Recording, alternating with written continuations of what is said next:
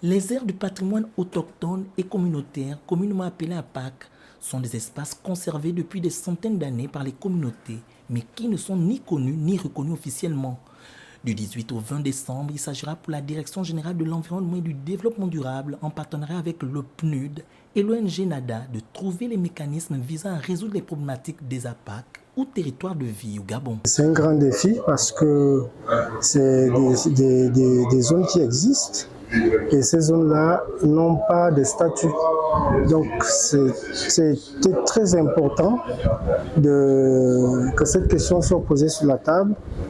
Et c'est d'autant plus intéressant parce que les autorités de la place ont pris cette problématique à cœur. Cet atelier permettra de passer en revue les modèles de gouvernance et faire l'état des APAC territoires de vie, sans omettre de voir le cadre réglementaire et le partage d'expériences. Les résultats attendus de cet atelier devront servir à la définition des lignes directrices nécessaires à la prise en compte de ce mode de conservation, de gestion et de protection par nos communautés au Gabon dans les réformes à venir.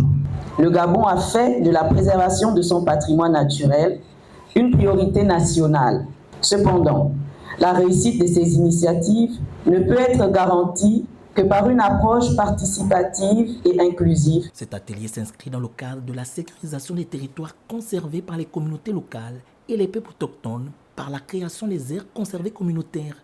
Une rencontre qui contribuera largement à valoriser le rôle des APAC territoires de vie dans le cadre de la stratégie nationale de conservation, en mettant l'accent sur leur contribution au développement durable et à la conservation culturelle et environnementale.